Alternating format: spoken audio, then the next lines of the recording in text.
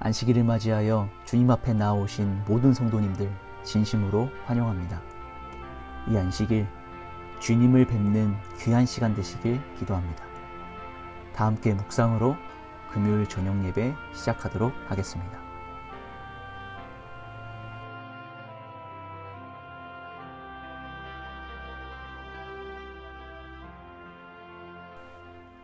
다 함께 일어나셔서 첫 찬미 527장 찬양하시겠습니다. 찬미 이후에 이기영 목사님이 대표기도 해주시겠습니다.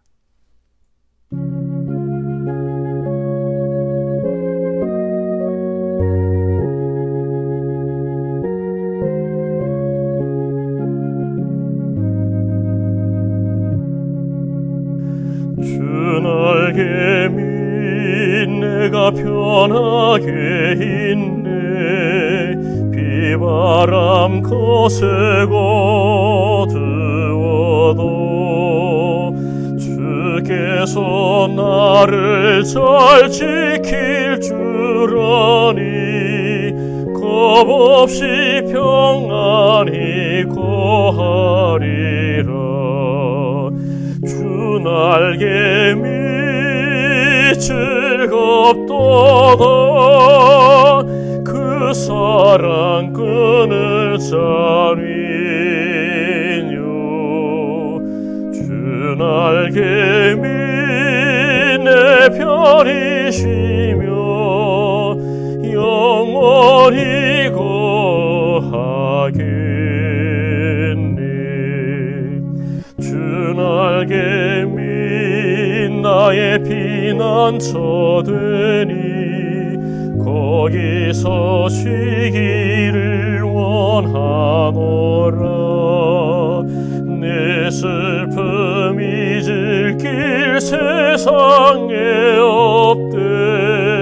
주 안에 아니함 얻으리라.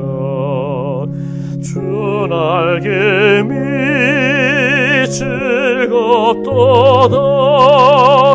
그 사랑 끈을 짜리뇨. 주 날개 밑 내 편이시며 영원히 거하겠네. 주 날개 밑 귀한 희락이 있네. 생전에 걱정 다 지나도록 그곳에 숨어 돌보심을 받고 주 안에 거하여 쉬리로다. 주 날개 밑 즐겁도다. 그 사랑 끈을 짜리뇨. 주 날개 밑 내 편이시며 영원히 거하겠네. 하늘에 계신 아버지 하나님, 안식일 환영 예배에 우리 모두 참여케 하시니 감사드립니다. 엿새 동안 수고한 우리 모두가 이 안식일의 시간 속에서 참된 쉼과 회복을 경험케 도와주시옵소서. 오늘은 특별히 김도윤 전사님께서 하나님의 말씀을 대언하시겠습니다. 그 말씀 위에 함께하사 그 말 한마디 한마디가 우리의 가슴에 새겨지게 도와주시고 그 말씀을 통해 우리 삶에 유익 얻는 귀한 시간 되게 도와주시옵소서. 우리와 함께 해주시고 이 예배 시간에 우리를 인도해 주실 것을 믿고 감사드리며 예수님의 이름으로 기도드립니다.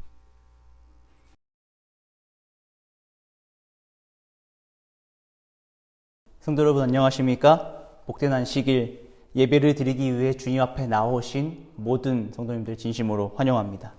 이 시간 주님께서 우리에게 말씀해 주시는 귀한 음성을 듣게 되시길 간절히 바라해 봅니다. 먼저 성경 말씀 보도록 하겠습니다. 오늘 본문 말씀은 창세기 35장 19절에서 26절에 있는 말씀입니다. 창세기 35장 19절부터 26절입니다. 조금은 길지만 그래도 성도님들과 저와 함께 봉독해 보도록 하겠습니다. 홀수절은 제가, 그리고 짝수절은 우리 성도님들께서 소리내어 읽어보도록 하겠습니다. 성경을 다 펴셨나요? 함께 읽어보도록 하겠습니다. 라헬이 죽음에 에브랏 곧 베들레헴 길에 장사되었고 이스라엘이 다시 길을 떠나 에델 망대를 지나 장막을 쳤더라.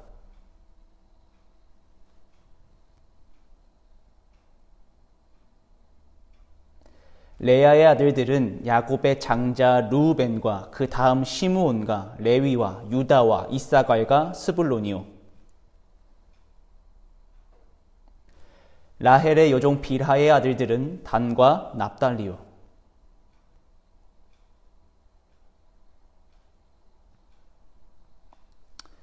네, 잘 읽어주셔서 감사합니다. 본문은 야곱이 사랑하는 아내인 라헬이 죽었다라고 시작하고 있습니다. 라헬이 죽은 이유는 창세기 35장 15절과 16절에 등장합니다. 해산하게 되어서 심히 고생하고 난산했다라고 하는 것을 봤을 때 라헬은 마지막 아들인 베냐민을 낳고 죽게 되는 것으로 보입니다. 이 사건은 야곱에게 굉장히 큰 슬픔이었을 거예요. 왜냐하면 라헬이라고 하는 여인은 야곱의 일생을 다 바쳐서 목숨과 같이 사랑했던 여인이기 때문입니다. 아마 야곱은 깊은 슬픔, 깊은 애환에 빠지지 않았을까 상상해 봅니다. 사랑하는 아내를 잃었다는 것, 저는 아직 상상할 수 없지만 아마 내가 목숨 다해서 지켰던 사람, 혹은 나의 정성과 사랑이 가득 담겨있는 그 누군가가 내 곁을 떠난다면, 죽는다면 그 감정은 정말 말로 표현할 수 없을 만한 그런 슬픔의 감정이었을 것입니다. 우리 성도님들께서도 야곱의 입장에서 한번 상상해 보신다면 야곱의 감정을 조금이나마 느끼실 수 있을 것인데요. 그런데 이것만으로도 정말 슬픈 상황인데, 정말 가슴 아픈 상황인데, 이것만으로도 위로받아야지 마땅하고 또 큰 고민과 실패와 좌절일 수밖에 없는데, 참 애석하게도 야곱에게는 이것만이 슬픔이 아니었다고 하는 것입니다. 힘듦은 한 번에 온다고 하죠. 야곱에게는 라헬의 죽음 전과 후에 계속해서 슬픈 일들이 일어나게 됩니다. 오늘은 그 슬픈 일들을 좀 살펴보고자 하는데요. 먼저 라헬의 죽음이 있기 바로 직전에 어떤 일이 일어났는지 살펴보기를 원합니다. 창세기 34장에 나오는 이야기입니다. 바로 디나의 사건입니다. 창세기 34장에는 디나가 등장합니다. 이 디나는 야곱이 레아에게서 낳은 딸의 이름입니다. 그런데 그 딸이 히위 족속이라고 하는 이방 사람에게 강간을 당합니다. 지금도 성폭행은 굉장히 중한 범죄이지만 이 당시에도, 성경의 이 당시에도 가장 큰 죄악 중에 하나였습니다. 그런데 그러한 사건을 야곱의 딸인 디나가 겪게 되는 것입니다. 야곱이 얼마나 울분에 찼을까요? 우리는 간혹, 아니 요즘은 종종 뉴스에서 이런 성범죄에 관한 사건들을 많이 접하게 됩니다. 요즘 대두되었던 N번방 사건이라든지 성폭행, 성희롱 등의 여러 범죄들이 나옵니다. 그리고 당사자, 피해자뿐만 아니라 제3자가 그 사건을 바라봐도 정말 울분이 터지고 슬프고 정말 화가 나는 그런 사건들입니다. 그런데 야곱은 이런 울분이 터지는 사건의 피해자 가족이 되어버렸습니다. 울분, 화, 이러한 단어들로는 야곱의 마음을 표현할 길이 없었습니다.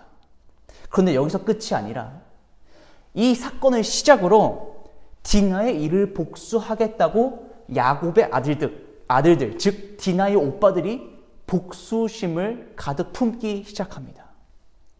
그런데 이렇게 복수심의 일을 바득바득 깔고 있는데 누가 찾아오나요? 히위 족속이 찾아옵니다. 히위 족속은 야곱을 찾아와서 디나를 사랑한다고 하면서 한순간의 욕망이 아니었다. 난 정말 디나를 사랑한다. 그러니 디나를 좀 내게 달라라고 요구합니다. 그리고 너희가 원하는 예물, 혼물 다 주겠다라고 약속하면서 디나를 요구합니다. 야곱의 아들들이 이걸 보면서 얼마나 화가 났을까요?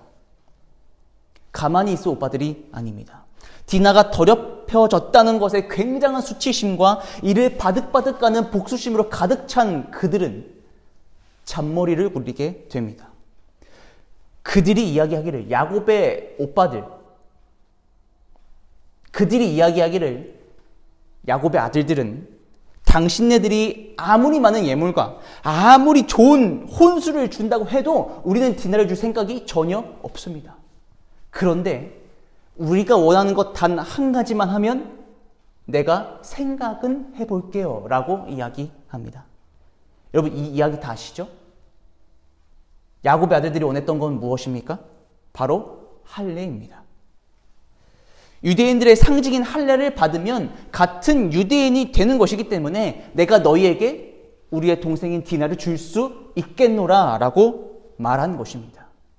여러분, 이 말이, 이 야곱의 아들들의 말이 그들을 정말 유대인화 시켜서 내 동생인 디나를 주고자 하는 마음으로 했던 이야기일까요? 결코 아닙니다. 남성분들은 잘 아시겠지만 할례를 받으면 일상생활이 조금 불편해집니다. 잘 걷지도 못하게 되기 때문이죠. 그리고 수술을 받은 이 3일 동안은 조심해야 되는 때이기 때문에 일상생활을 거의 하지 않는다고 보시면 되겠습니다. 그래서 이러한 이유로 야곱의 아들들은 할례를 그들에게 권유했던 것입니다.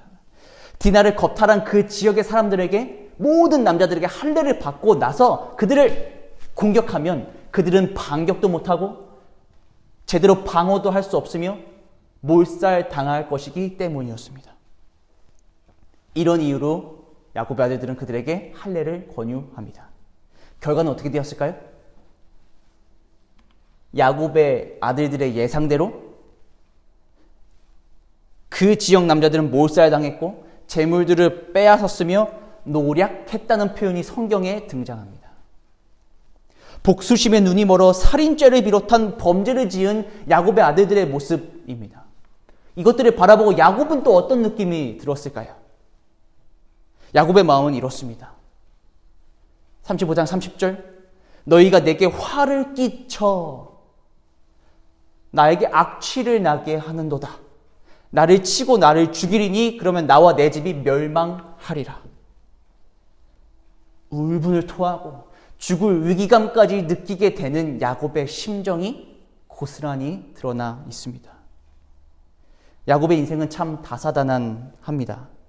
야곱의 인생은 슬픈 일의 연속이었습니다. 야곱의 슬픈 일이 여기서 멈추지 않고 계속됩니다. 자, 이제는 라헬이 죽은 이후에 사건을 살펴볼 텐데요. 라헬이 죽기 전 상황도 아들들이 말썽이었지만 라헬이 죽은 이후에도 라헬의 아들 장자 르우벤이 말썽을 일으킵니다. 창세기 35장 22절에는 르우벤 사건이 나오는데 성경은 그 사건을 이렇게 기록합니다. 이스라엘이, 야곱이죠, 이스라엘이 그 땅에 거주할 때에 르우벤이 가서 그 아버지의 첫 비라와 동침하매. 장자 르우벤이 야곱인 아버지의 첫 비라와 동침하게 되는 사건이 벌어집니다. 어느 주석의 말을 빌리자면 이 사건은 이렇게 기록하고 있습니다. 이 사건은, 르우벤이 동침한 이 사건은 라헬의 죽음과 디나의 강간보다도 이 마지막 타격이 한층 더 비통하고 압도적이었다. 저희 성경주석, 재림교회 성경주석을 또 살펴보면 이렇게 기록합니다. 이것은 근친상간이자 아버지의 권위와 명예를 완전히 짓밟아버리는 수치스러운 범죄로서 두 남녀를 모두 죽이도록 엄히 규정되어 있다. 시대적으로도 압도적인 범죄 사건이었지만 야곱에게도 굉장히 충격적인 일이었습니다. 성도 여러분, 우리는 이렇게 야곱의 일생을 살펴보고 있습니다. 이렇게 쭉 야곱의 인생을 살펴보면서 어떤 감정이 드시나요? 여러분의 마음은 어떠십니까?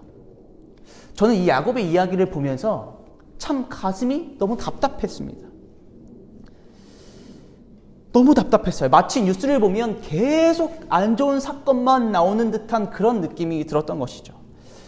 이쯤 나쁜 소식이 들렸으면 한 번쯤은 좋은 소식이 나와야 되는데 좋은 소식이 나오지 않는 것입니다.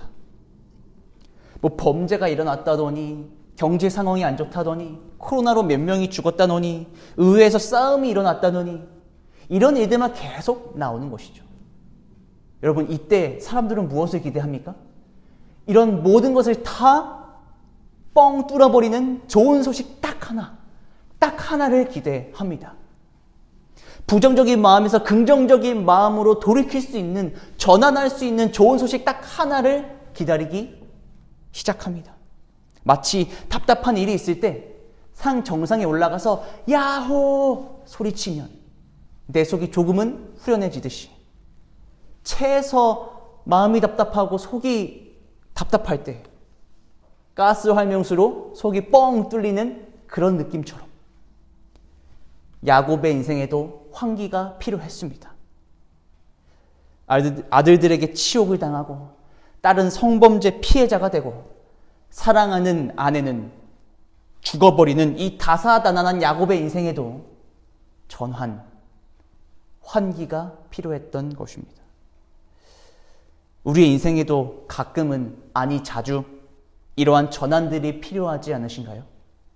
삶의 문제로 인해 힘들고 지칠 때, 그저 답답하기만 하고 해결은 되지 않고 문제로 힘도 낼 수 없는 상황이 닥쳤을 때, 눈앞이 깜깜해서 어디론가 숨어버리고 싶을 때, 이럴 때 우리에게도 환기가 필요합니다. 전환이 필요한 것이죠. 야곱에게도 필요했습니다. 그런데 성도 여러분, 오늘의 본문을 자세히 읽어보면 야곱의 인생에서도 환기가 찾아오는 것을 발견할 수 있습니다. 다시 한번 본문으로 돌아가 그 환기가 무엇인지 찾아보겠습니다. 본문의 말씀인데요. 22절을 읽도록 하겠습니다.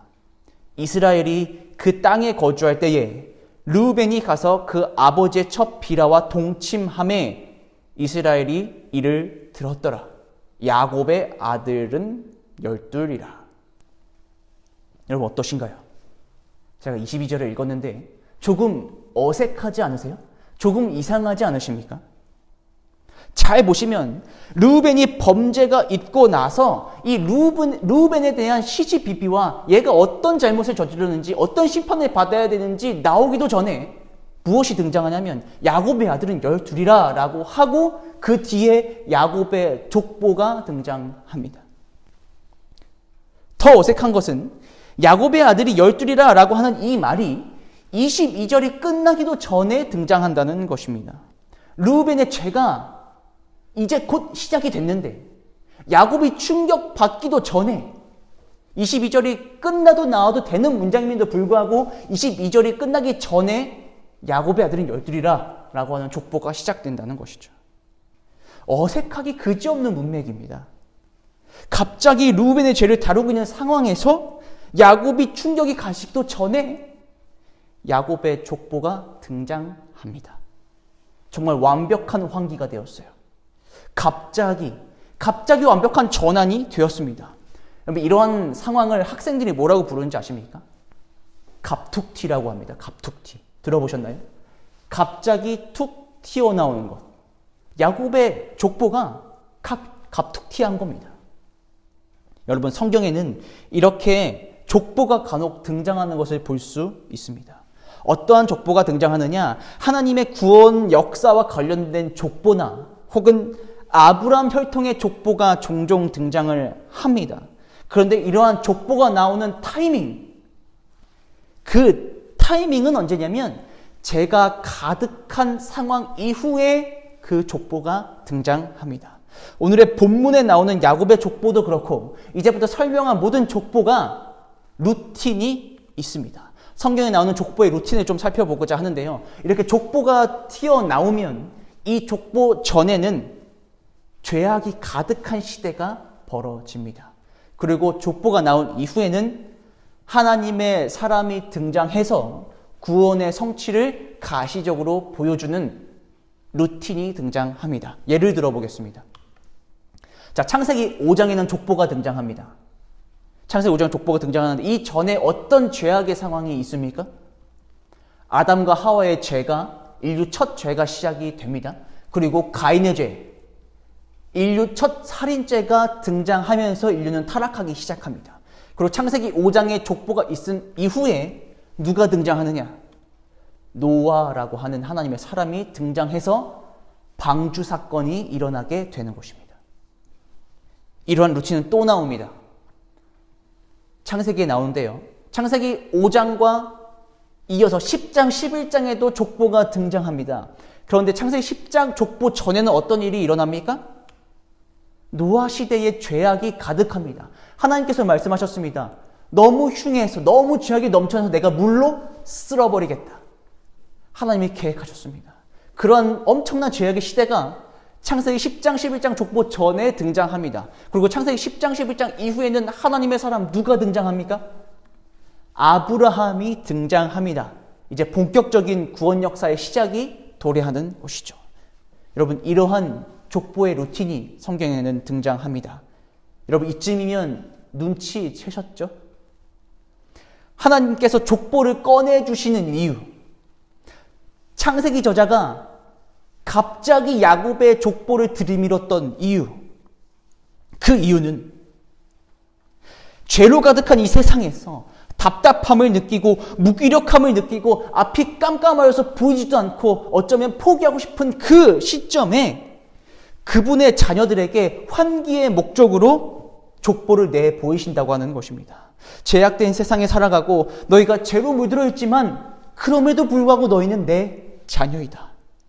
너는 누가 뭐라 해도 나의 자녀다. 내가 목숨 걸어 사랑하는 나의 자녀다. 내가 너를 구원할 것이고 내가 너를 살릴 것이며 어디에 있든 무엇을 하든지 이 세상은 아직 살아갈 가치가 있고 내가 너를 끝까지 사랑하겠다라고 하는 것을 보여주는 것이 바로 족보의 활용 방법입니다. 구약의 시대에만 그러느냐? 아닙니다. 신약의 시대에서도 마찬가지로 족보는 활용됩니다. 여러분, 구약의 말라기가 끝나고 신약 시대를 시작하는 성경이 무엇이죠? 마태복음입니다. 마태복음 1장 1절에 있는 말은 이렇게 시작합니다. 아브라함과 다윗의 자손 예수 그리스도의 계보라.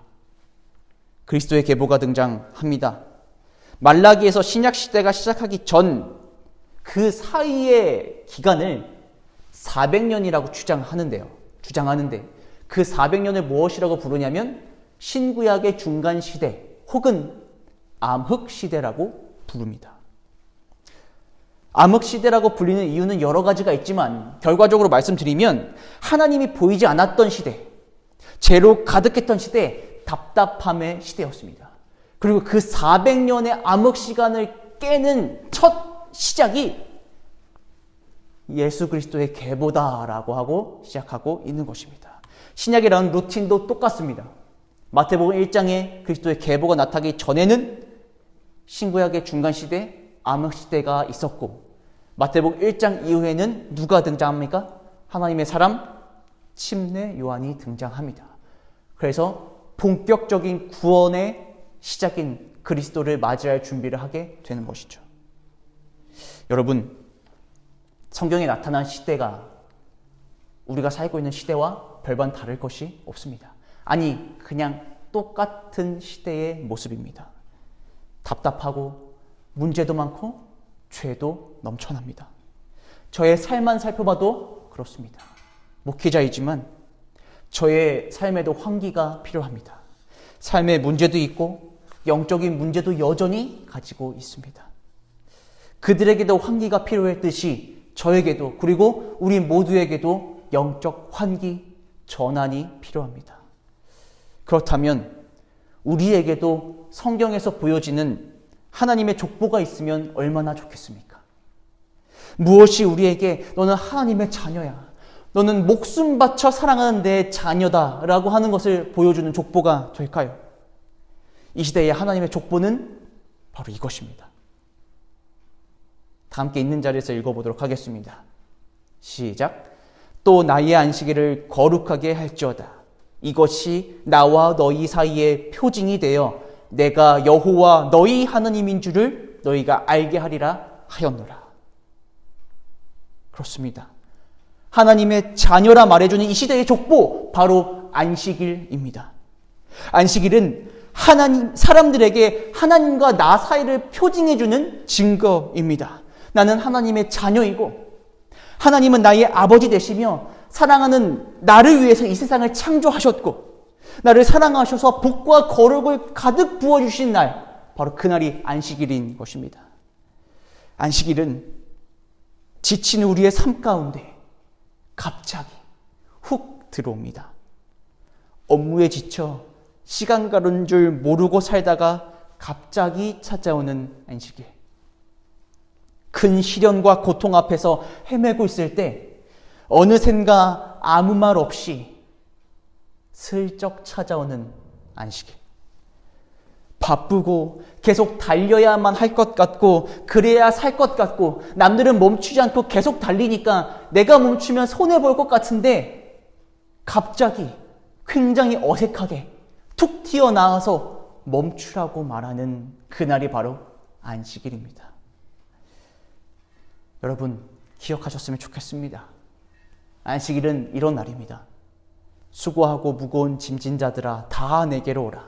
내가 너희를 쉽게 하리라. 안식일은 이런 날입니다. 지친 나에게, 자녀이기에, 내가 자녀이기에 힘을 주는 부모님의 마음처럼, 힘들어하고 있는 자녀들에게 물 한 모금, 과일 한 접시 전해주는 부모님처럼,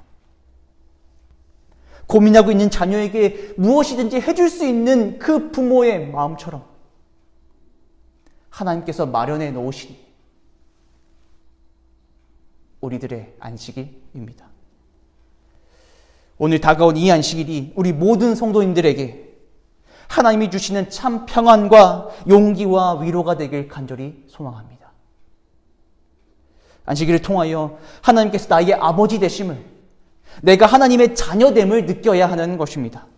내가 그분의 자녀이기에 나를 주관하시고 내게 은혜가 넘치며 사랑 가득 넘친다는 사실을 느끼는 정말 귀한 안식일이 되었으면 좋겠습니다. 제가 신학과 다닐 시절입니다. 제가 2학년 때 토요일 오후까지 학과 사역을 마치고 터벅터벅 이렇게 신학도들이 모여 사는 살렘관이라고 하는 신학수업으로 걸어가고 있었습니다. 학과 사역을 열심히 했지만 그날따라 제 마음속에는 답답함과 슬픔이 있었습니다. 학과 구도자들이랑 관계도 좋고 안식일 오후 활동도 무사히 마쳤던 때였습니다. 근데 그럼에도 불구하고 그들이 하나님을 인정하지 않는 것 같고 학과 사역이 발전이 없는 것 같고 내가 이렇게 살아도 되나라고 하는 그런 마음의 문제가 저를 괴롭히기 시작했습니다. 슬픔과 좌절에 빠지고 있을 때 이렇게 보내면 안 되겠다라고 해서 일몰 예배를 드리러 이 살렘관 지하로 내려갔습니다. 이 살렘관 지하에는 빨래방이 있는데 그 빨래방 옆에 자그마한 공간이 있었습니다. 그곳에서 기타를 가지고 찬양을 하기 시작했습니다. 그런데 어느 찬양을 부르는 순간 눈물이 앞을 가리기 시작했습니다. 하나님께서 힘들어하고 있는 저에게, 지쳐있는 저에게 직접적으로 말씀해 주신 것 같았습니다. 그 안식일 끝날 무렵 아직 하나님의 거룩과 은혜와 쉼이 마치기 전 그 시간에 하나님께서 저에게 직접적으로 말씀해 주신 그 찬양, 여러분께 소개하길 원합니다. 힘들고 지쳐 낭망하고 넘어져 일어날 힘 전혀 없을 때 조용히 다가와 손 잡아주시며 나에게 말씀하시네. 너는 내 아들이라. 오늘날 내가 너를 낳았도다. 너는 내 아들이라. 나의 사랑하는 내 아들이라. 사랑하고 존경하는 원주삼육 성도 여러분, 오늘도 어김없이 우리에게 안식일이 찾아왔습니다. 힘들고 지쳐서 낭망하고 일어날 힘도 없고 어쩌면 힘든지조차 모르고 살아가고 있는 우리들에게 오늘도 어김없이 안식일이 찾아왔습니다. 그리고 이 안식일날 하나님께서 우리에게 이렇게 말씀하십니다. 너는 내 자녀란다. 목숨 바쳐 사랑하는 내 자녀란다. 저는 힘들고 외롭고 답답할 때 지금도 안식일날 이 찬양을 부르곤 합니다. 하나님이 나의 아버지 되심을 기억하기 위해서, 내가 그분의 자녀임을 느끼고 싶어서, 그렇기 때문에, 내가 그분의 자녀이기 때문에 하나님의 주관하심을 받고 은혜를 받고 사랑함을 받는다는 것을 경험하고 싶어서 이 찬양을 부릅니다. 우리 아버지 되시는 하나님의 은혜로운 평안이 오늘도 어김없이 찾아온 이 안식일날 우리 모든 성도님들 마음속에 가득하기를 기도하겠습니다. 우리가 맞이한 이 안식일이 우리 모두에게 영적 환기의 날, 반전의 날, 역전의 날이 되길 소망해 봅니다. 제가 마지막 시편 2편 7절을 읽고 말씀을 줄이고자 합니다. 다 함께 소리 맞춰 읽도록 하겠습니다. 시작. 내가 여호와의 명령을 전하노라. 여호와께서 내게 이르시되 너는 내 아들이라. 오늘 내가 너를 낳았도다. 이 안식일 주님의 자녀됨을 확증하시고 주님이 주시는 평안과 사랑 속에서 행복한 안식일 보내셨으면 좋겠습니다. 내가 왜 주님의 자녀인가 의심이 되신 분들은 내일 저희 담임 목사님의 설교를 들으시면 나는 하나님의 자녀이구나 라는 것을 더 확증할 수 있으실 것입니다. 행복한 안식일 보내십시오. 다 함께 일어나셔서 마치는 찬미 504장 찬양하시겠습니다. 찬양 이후에 축도로 예배 마치겠습니다. 매일 매 순간을 살아갈 때 시련 속에 힘이 있다네. 우리 하나님의 말씀 믿어 걱정 근심 하나도 없네. 한량 없는 주의 자비하심 우리를 인도하여 주시네. 슬픔 있는 곳에 기쁨 주며 고통 중에 평화 주시네. 매일 주님 나의 곁에 계셔 순간마다 자비 베푸네. 나의 모든 염려 제하시고 새 힘 내게 허락하시네. 그의 보배로운 자녀들을 몸소 보호하여 주시며 끝날까지 함께 하실 것을 주님 친히 약속하셨네. 주님 내가 시련 당할 때에 주의 약속 믿게 하소서. 하나님의 말씀 의지하여 위로 얻게 하여 주소서.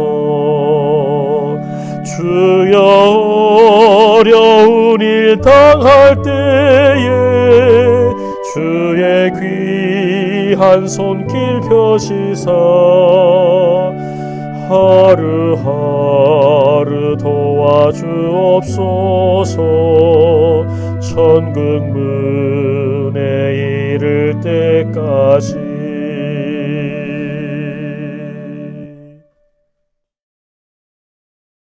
하나님 아버지, 우리의 아버지 되어 주셔서 감사합니다.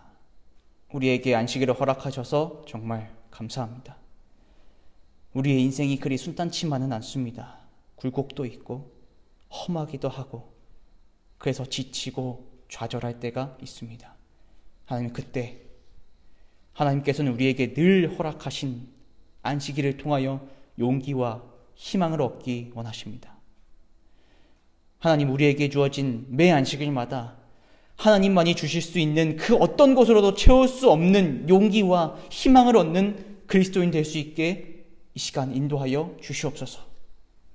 그래서 우리가 하나님의 자녀됨을 느끼고 하나님이 우리 아버지 되심을 자랑스러워하는 주님의 거룩한 자녀가 될 수 있도록 하나님 함께하여 주시옵소서.